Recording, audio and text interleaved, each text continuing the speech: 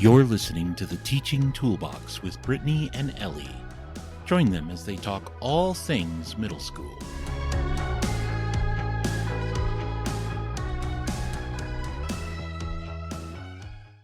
Hello, everyone. Welcome to today's podcast. I am Brittany, and I am here today with Ellie. Hello there. Have you been thinking about whether or not you should use a classroom economy? Classroom economy systems are great ways to incorporate some real-life skills and to encourage positive behavior. Today, we'll explore what a classroom economy system is, how it's beneficial, and we'll give some specific examples of classroom economies in action. So let's start off with what a classroom economy is. Ellie, do you want to explain that? Sure, let's think about what it is and how it can be beneficial. So a classroom economy is basically a system that kind of simulates a real life economy, but it's in the classroom. When you're using a classroom economy, students can earn like classroom money or points or some other type of income that they can use to then buy items or buy different privileges in the classroom, like maybe items from a class store, if you want to set up one of those, or homework passes, or extra recess, or even sitting in the teacher's chair. My kids used to like that. So how's that helpful in the classroom? First, it could teach students a little bit about financial skills like budgeting and making good spending choices. It can reinforce positive behavior and helps encourage students to take responsibility for their actions. Brittany, can you think of any other things it could do to be helpful? Well, depending on how you set it up, if you let kids join together to spend their money, it can also help create a sense of community and teamwork as they have to work together to maybe earn enough money or decide how they're going to spend their money to maybe earn a pizza party or a game day or something like that. So the purpose of the classroom economy is to promote positive behavior and then incorporate some life skills. So Brittany, how did you use a classroom economy system? We tried lots of different things. We tried beans, we tried tickets, and then we eventually settled on paper money that we made on the copier. Each teacher had their own name on their money. So in some years we would change it. So I had turtle tender, because I like turtles. I had sachem simoleons at one time. I had a couple different names, but turtle tender tended to be the biggest one that I used the most. My building mate had Starbucks, and each teacher picked a different color for their money, so it was easy to discern who had what person's money. And then we would print different denominations, so ones, fives, tens, 20s, 50s, and 100s. Oh, wow. And we would keep them in like a letter file that you would get, at the Staples or Office Depot or wherever you shop, and just keep that in our desk drawer. And then what we did at the beginning of the school year is we give the kids maybe like $60 a week. And then we would make them pay back money for locker rental and lights and desk rental and that sort of thing, so that they would kind of understand what their parents went through in terms of like taxes and, mortgage and, or apartment rental and groceries and that sort of thing. Well, that's great. And the kids hated that part. And we would do that for like the first month or so. And usually the kids would end up with maybe like $12 to $20 a week left over. And then after that first month, we would just give them the 12 to 20. And then every quarter we would give them a little raise. And so every quarter they got a small incremental boost, just kind of like, their parents might get at their job. Then based on behavior and Other things we would deduct money or give them money. So if they were prepared for class on time, if they were lined up first in line, if they followed directions, if they were the first to bring back maybe a signed field trip slip or something, they might get some money as a reward. And then if they did not have supplies ready at their desk, if their locker was a mess, if they were late to class, if they had to use the bathroom at a time where we were in the middle of a lecture, they might have to pay like $2 as a fine. Okay. And if they went into debt, they would have to spend some recess time with us. Okay. All right. So that's how. Wow, I love that system. Yeah, That's and great. then we did have a classroom store. And we did do like passes where they could earn things like sitting in the teacher's chair. That was a big one, like you mentioned. That was a favorite. Listening to music in an earbud. Doing things like having a pizza party, having a game day. Those were all big things that we used. So we relied heavily on our classroom system. And we also, towards the end of my time using it, we also used it as, let me back up a second. We went on a giant field trip at the end of the school year to a big amusement park. And the kids had free reign in that amusement park. Like, we had parent chaperones, but they had pretty much free reign. And so we had to trust them and their behavior in that amusement park that day. And so we didn't really want to take, the bad kids who we knew we couldn't trust. And Sure. So the kids had to pay $250 of the classroom economy bucks to go on that field trip towards the end of our time. That was like our last 3 years. And so they had to earn up that money over the course of the year and pay that money. Wow. Did you have many that didn't go We then? would usually end up with about 3 or 4 who could not attend. Okay. But we made it very clear from the beginning of the school year and kept reminding them all year long that this is what you're saving for, Make sure you have enough money to go on this trip. So, yeah. That's awesome. Good lessons there. What about you? Did you ever use a classroom economy system? Yeah, a couple different ones.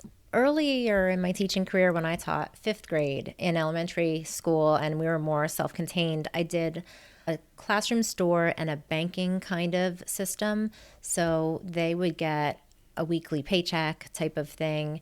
And then they would earn extra money by doing, positive things in the classroom. They could earn extra money that way. If they were noticed doing good things, if they were helping their peers, they could actually bring items in to sell in our classroom store. So if they brought something in, they got paid for bringing it because it was something that they didn't want anymore. They couldn't use anymore. So almost like, selling it at a garage sale or something. But they were selling it to the classroom store, and then they would get paid for that. And if they had classroom jobs, so we always had classroom jobs, so they would get paid for the classroom jobs. I didn't do anything like rent or anything like that, but that would have been a really good idea. So they used to buy things in the store. They had checkbooks. And so they would have to record any checks that they got. They would have to record if they wrote a check to buy something. So the focus in that one was really trying to learn how to balance a checkbook and use a checkbook. There wasn't so much of the online banking at the time. So that was something that we were still doing, with actual paper. So they really enjoyed that. They had a great time with that. And so we did have to set aside time, though, for actual shopping in the store and balancing the checkbooks and recording everything. So we did have to set time aside for that every day or every week so we could keep up with that. But then when I started in middle school, there was already a system of bucks in place, or team money. So we had 3 to 4 different teams depending on how they configured us all, but there were 13 different classrooms. And so we had X bucks because we were team extreme. And we had a certain design for our bucks, and then the other teams had different designs for their bucks, so you could tell which team had which ones, which bucks belonged to which team. And students could be given those bucks really for any positive behaviors. I don't think we really started them out with a certain number at the beginning of the year. Maybe we did. Maybe we started them out with 5. They were each just worth 1. They were just one buck. And so any positive behavior like participating in class, if they were walking down the hall and we saw them picking up a piece of paper that was lying in the hallway and throwing it away in the garbage, they could get a buck for that. Helping other students, anything really that showed good character, positive behavior was something that they could be noticed for and then given a buck for. And any teacher on any team could give them a buck. Like if they were down the hallway at somebody else's classroom and they saw a student that dropped their books and they decided to stop and help them pick it up, then that teacher might decide to give them a buck. And then they could be honored on your own team or on any team.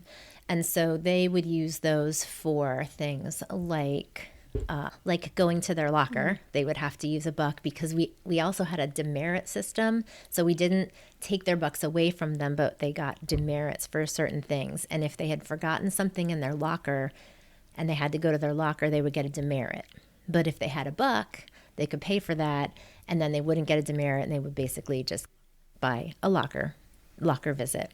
So they could use it for that. They could use them to buy maybe homework passes, or like you said, the class might decide to combine their bucks and get extra recess or a game day or a party or things like that. I kind of feel like they were allowed to use them to get lunch, get at the front of the lunch line even, and things like that.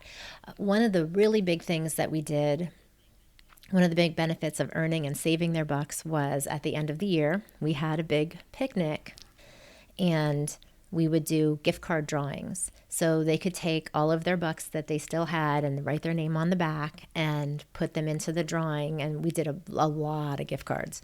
And so we would end up with this huge bag full of bucks from all the kids in all the 6th grade classes. And then, we would pull their names and they could win gift cards. So that was a big benefit of saving their neat. bucks. And yeah. You reminded me of a couple things. Once a quarter, we would have an auction. And so they could bring in stuff. They'd have to bring a note signed by their parent saying that they were allowed to sell that item. But they could auction off toys that they were done with, or a soda or something like that. And then they'd get to keep those bucks that they earned from their auction item. And then also, like I mentioned, our bucks were different colors. And I don't know if you noticed this, but in ours, some teachers were more lenient about giving money and others were less. And the kids noticed it and started having like an economy within the economy where some teachers' money was more valuable than others. And so they'd be like, Miss Williams doesn't give out money as much, so I don't have a $20 bill from Miss Williams. That's really rare. I'll give you a 50 from Miss Abbott if I can have a 20 from Miss Williams. And they would actually collect them. And it was just very interesting how they wanted a full collection of every dollar, and it had a value system and everything. That's very interesting. And then at the end of the year, there was always a group of kids who would take a whole bunch of money and put it in a coffee can and then bury it somewhere on the playground for the next year's kids to find. Oh, that's and then great. That became like a tradition. And then the next year, the kids would go dig in the playground to try to find the money that was left from the previous. That's awesome. It's you can't use it. Great. It has a different year on it. It's not valuable. Oh my gosh, that's so funny. Yeah. Wow. So, well, do we have any tips for any teachers who might just be starting with the classroom economy? Any tips to make it easier? I would say it takes a while to get the kids used to it. You do have to decide your system and follow it consistently. Very true. You can't waver. If you waver, the kids are going to take advantage of that. And, they're smart enough at the middle school age to know how to worm the system if you're not consistent. So you've got to be consistent, and you've got to toe the line, especially at the beginning, so that they know there are rules and there are fines, there are rewards, and you're going to follow them. Right. And I think in order to be consistent like that, don't make it too complicated, especially to begin with. Make it something simple, make it something that doesn't end up being a whole lot of extra work that makes it harder to maintain and harder to be consistent with. Try to maybe choose something simple and basic for the first year, or even for the first couple months. And then if you feel like you got a good handle on it and it's going well, you could always make some tweaks to it, make some extra incentive type of things or extra rules to go in that definitely economy. Don't have like 20, 30, 40 rules. Stick to Right. like 5 positives, 5 negatives, and go with that. Also, always have your money like printed and ready to go. You don't want to be writing on a sticky note, I owe this person. I owe you. Right. So make sure you always have plenty of money or bucks or whatever on hand in your desk or in your pocket or whatever you need ready to go. Yeah. Right. I will say I was guilty of that once or twice. What? I owe you an X buck. When I get them copied, I will give it to you. So definitely don't want to have to do that. It does happen, but you want to keep it to a minimum if you can. And I do have classroom economy bucks in my store. I have awesome. small ones and big ones. The small ones are on my website, and the big ones are on TPT. So depending on what size you want. Oh, excellent. So, we'll link those in the show notes then. That's great. Anything else you can think of that would help? I think we're good for getting started. Maybe post your rules. Post your store, like a poster up on the wall or up on a cabinet or something. Right. That's a great idea, because then they're not always asking, what can I use this for? Or how much does it cost for this? Yeah. So, good idea. All right. So today we've discussed what classroom economies are and how they can function in the classroom. We've explored a few different examples of this powerful tool that can help promote student engagement, help with positive behavior, and teach some financial responsibility along the way. Although we'd like behavior to be intrinsic within students, that isn't always possible at the middle school age. So if you're looking for a way to help guide your students to be better behaved, try a classroom economy system. If you are loving this show, please feel free to write us a review on Apple Podcasts. That helps others decide if they would like to listen in as well. Have a great day. See you next time. Happy holidays, listeners. We are going to be taking a short break for December. We will be back on January 2nd, 2024 with new episodes for you. Have a great holiday season. You just listened to the Teaching Toolbox. Follow them on your favorite platform for more episodes and share it with a friend.